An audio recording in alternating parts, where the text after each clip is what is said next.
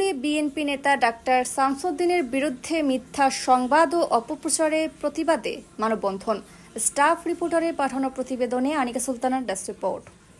সুনামগঞ্জের তাহিরপুরে বিএনপি নেতা ডাক্তার মোহাম্মদ শামসুদ্দিনকে নিয়ে বিভিন্ন জাতীয় স্থায়ী পত্রিকা, অনলাইন পোর্টাল ও সামাজিক যোগাযোগ মাধ্যম ফেসবুকে মিথ্যা সংবাদ ও উদ্দেশ্য প্রণোদিত অপপ্রচারের প্রতিবাদে মানববন্ধন ও সমাবেশ অনুষ্ঠিত হয়েছে। শনিবার ২৬ জুলাই সকালে উপজেলার কলাগাঁও বাজারে স্থানীয়দের উদ্যোগে আয়োজিত কর্মসূচিতে আশপাশের কয়েকটি গ্রামের শতাধিক মানুষ অংশ নেন। বিএনপি নেতা ডাক্তার মোহাম্মদ শামসুদ্দিন বলেন, একটি স্বার্থান্বেষী মহল ভুয়া তথ্য ছড়িয়ে অপপ্রচার করে আমাকে রাজনৈতিকভাবে হেয় করার চেষ্টা করছে। তিনি বলেন, সত্য উদ্ঘাটনে আইনি পদক্ষেপ নেবেন। আব্দুর রাশিদ, স্থানীয় ওয়ার্ড সদস্য ও বাহারুদ্দিন, গরুর মালিক সহ বক্তারা জানান, সাম্প্রতিক গরু লুটের ঘটনায় ডাক্তার শামসুদ্দিন ও বাছরের গণ্যমান্য ব্যক্তিরা একযোগে ২০টি গরু উদ্ধার করে মালিকদের ফেরত দিয়েছেন।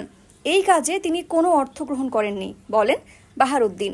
বিএনপি নেতা হাবিবুর রহমান, আতালিব মিয়া, ফজলু মিয়া অভিযোগ করে বলেন, একটি কুচক্রী মহল রাজনৈতিক ফায়দা নিতে মিথ্যা তথ্য দিয়ে সংবাদ পরিবেশন করিয়েছে। বক্তারা ডাক্তার শামসুদ্দিনকে সৎ, সালিসি, মনস্ক ও কর্মীবান্ধব নেতা হিসেবে আখ্যা দিয়ে অবিলম্বে অপপ্রচারকারীদের বিরুদ্ধে আইনগত ব্যবস্থা গ্রহণের দাবি জানান। প্রসঙ্গত, গত সপ্তাহে মধ্যনগর উপজেলার একটি হাট থেকে ২০টি গরু ক্রয় করে নৌপথে নিয়ে যাওয়ার সময় জলদস্যুদের হাতে লুট হয়।